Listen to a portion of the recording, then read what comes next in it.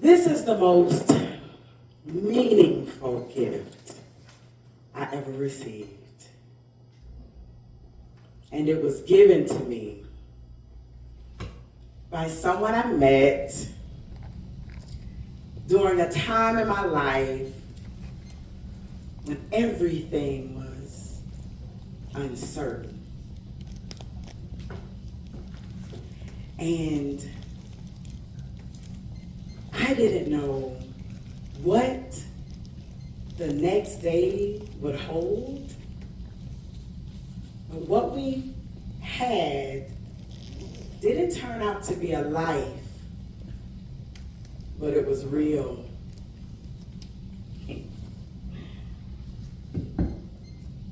I was 33 years old. I had just gotten divorced, the mother of 4 beautiful, bouncing baby boys. I was a school teacher, and I didn't know what life was going to be like for me anymore. I just wanted to breathe. So I got on a plane and I left, and I went to an entirely different continent. I thought I was going to be a teacher, but what I really needed was just to breathe. One night in Abu Dhabi, I found myself at a hotel party. And at these parties, there are flashing lights and loud music and people from all over the world. And then walked in this beautiful man from Cameroon. His skin was so dark and lovely. He had the most mellifluous voice with a hint of pigeon. And the music was playing, and he came over and he asked me to dance. And I looked at him and I thought, he looks rather young. I was actually 27 years old. And the music that was playing was this techno. I didn't even know what kind of music it was. It wasn't my kind of music. But I said, yes. And we danced. Well, it wasn't kind of like that. It was really like this.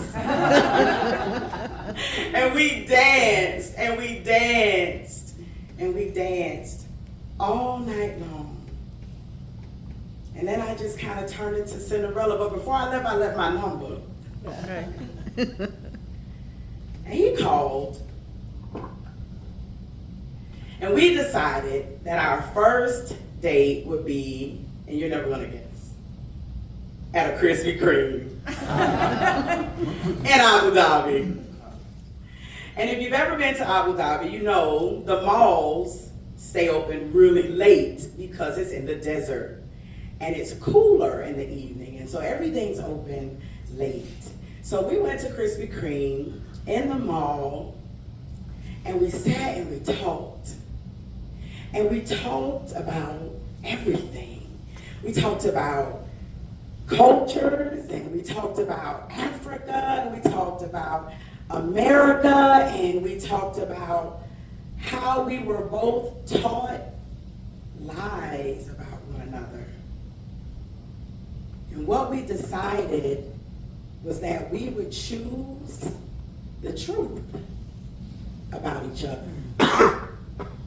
And so from that moment on, we chose each other.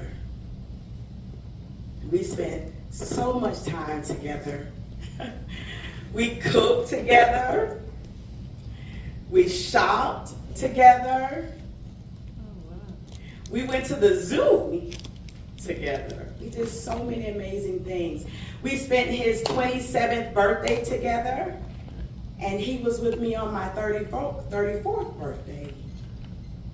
And one day, I asked, where do you live? Because we spent all of our time at my flat. And I said, can I see where you live? And I felt the hint of hesitation.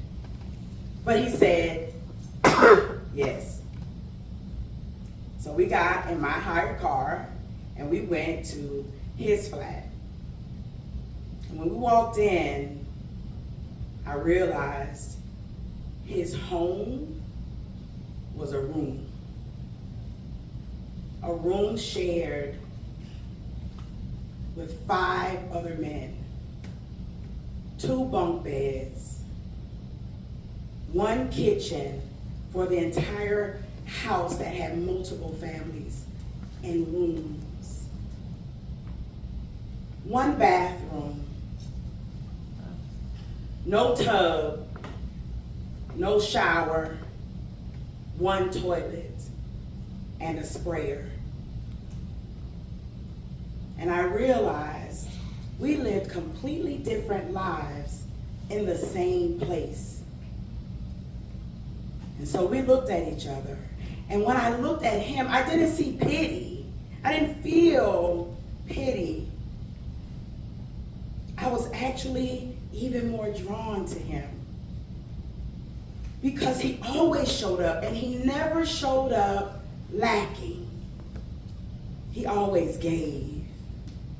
He always loved, and loved well. But we did decide we would spend the rest of our time at my flat. And so we did so many more beautiful things together. We climbed big rocks. We took adventures in the desert. Sometimes we just spent lazy Saturday mornings together. And you know, when life is good and real good, real life shows up. And I got a phone call from home. And one of my children, one of my beautiful bouncing baby boys, was not doing so well without his mama. And so I had a decision to make. And so I went to see Quee. That was my name for him. His surname was Wonquee, and I decided Quee was just cuter. And he would ask, why do you chop up my family name? And I just said, well, we Americans like to give you nicknames, and so I want to give you a nickname. And so I went to see Quee. I used to call him my little African. And I asked, what do you think about children? You want children? And he said emphatically yes. And he wanted children with me. But I knew something, and in that moment, I knew we would never have life together. Because I couldn't have any more children.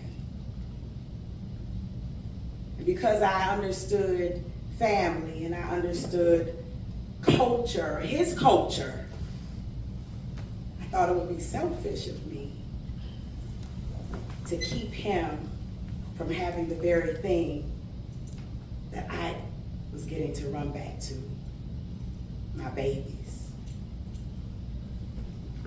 And so I made a decision. I was going home.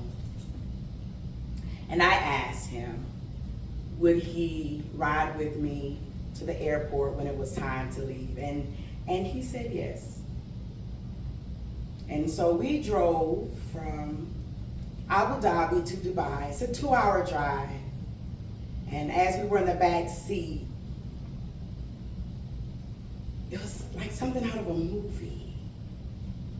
We cried and we held each other. And we said, I love you, over and over and over again. as if repeating it would cause something to change. But it didn't. And we got to the airport and we walked in, and I had to go through the security, and he stood and he watched. And he watched me walk. And as I turned the corner, until I couldn't see him watching anymore, and I realized this was it.